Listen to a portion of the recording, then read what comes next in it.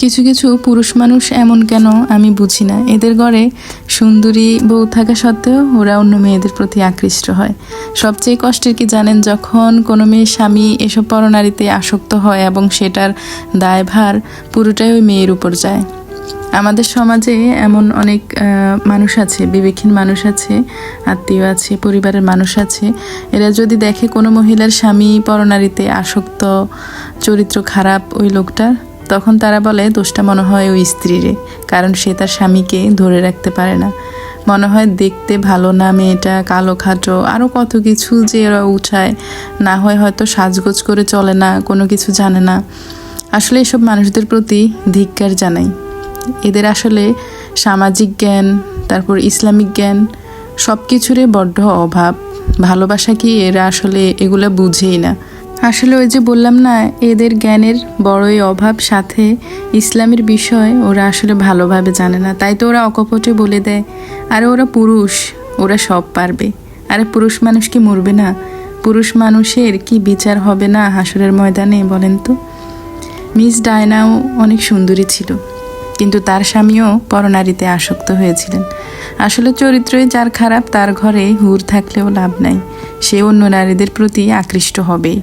আর একবার কোনো পুরুষ এসব হারামে লিপ্ত হলে তাকে আল্লাহ ছাড়া আর ফেরানোর কোনো পথ নেই।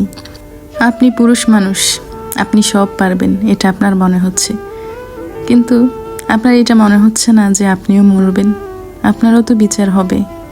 শুধু যে আমরা নারী, আমরা মরব, আমাদের সব কাজের হিসাব দিতে হবে, খারাপ কাজের, ভালো কাজের। আপনারাও তো মরবেন একদিন না একদিন, আপনাদেরও বিচার হবে হাসরের ময়দানে। নাকি আপনি ভাবতেছেন আপনি পুরুষ মানুষ, আপনার কোনো বিচার হবে না, তাই না? আচ্ছা, আপনারা একটা কিছু খেয়াল করেছেন, এই যে এখন আওয়ামী লীগের যেই নেতাদের গ্রেপ্তার করা হচ্ছে, ধরপাকড় হচ্ছে, এভাবে জেলে নিয়ে যাচ্ছে, ওদের সাথে ওদের পরিবারের কাউকে গিয়ে আপনি দেখেছেন বলেন তো? ওদের স্ত্রী, বাচ্চা, বলেন তো কাউকে দেখেছেন? আমি কিন্তু দেখি নাই। তাহলে একটা কিছু ভাবেন যে আপনার কৃতকর্মের ফল আপনি নিজে ভোগ করবেন, কেউ না। অথচ দেখেন তাদের এসব হারামের টাকা তারা কিন্তু একা ভোগ করে নাই, তাদের পরিবারের সকল মানুষই একসাথে ভোগ করেছে। কিন্তু এখন দেখেন তাদের এই বিপদের সময় তাদের এই কৃতকর্মের ফল তারা কিন্তু একাই ভোগ করতেছে, তাদের পরিবারের কেউই কিন্তু পাশে নাই।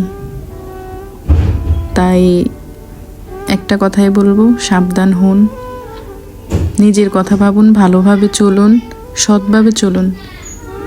ইনশাআল্লাহ যারা সৎভাবে চলে তাদের কোনো ভয় নাই, তারা ভালো থাকবে সব সময়, এটাই কথা।